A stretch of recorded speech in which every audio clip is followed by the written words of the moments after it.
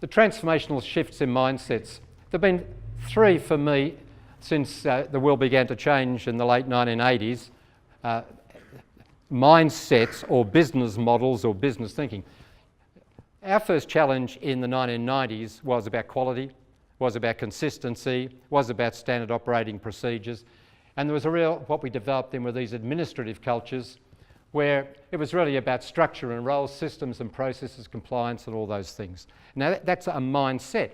And we were pretty good at getting the workforce into our mindset that your job is to do it, replicate it, do it consistently to a level of quality. That was pretty good. That's okay, but it's not going to get you the growth that you want. And by the end of the 1990s, we've got more people who have got shareholdings, they're investors, they're looking for better returns.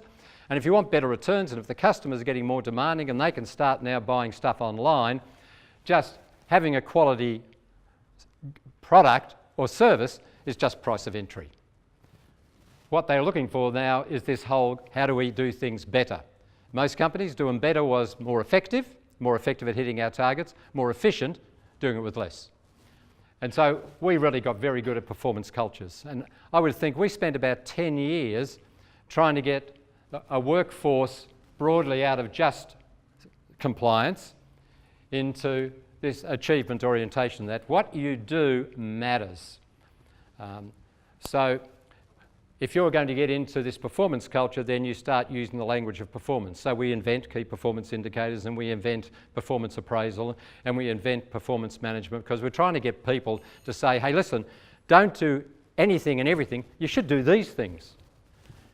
If you want to do that, then you really need to get your leaders to move from directive to coaching. And so coaching is the boom industry, as you know, and everyone's career plan B usually has something, eventually I'm going to retire and be a coach or something like that to help people. But if you want to change your skill set, you have to coach. There's nothing else you can do about it. This performance thing has really run probably for 10, it's still really important, But there's only so effective you can be and there's only so efficient you can be at the same game. You can't put more players on the field. We've all got a salary cap, whether you're in sport or in organisations. So you can only get so good at hitting the target.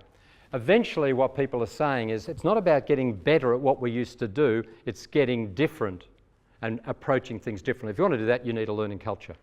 So we're spending time in organisations now trying to say to people, hey, listen, doing what you were told and moving to using your initiative, that was a change in mindset. Where we're trying to change mindset now is to say, hey, listen, just doing what you're doing and doing it better, it's really about ideas, it's about innovation, it's about thinking, is there a better way? If you just focus people on performance, what you tend to drive them towards is, I could actually have the workforce so organised that they'll only do that which they are rewarded for, and they won't do anything else. And what happens in those workplaces, if I focus you so much on this is your KPIs, what tends to get shut down is the stuff that doesn't contribute to my KPIs. And what that typically is collaboration across the organisation. So why would I bother helping anyone else, because that's not helping me.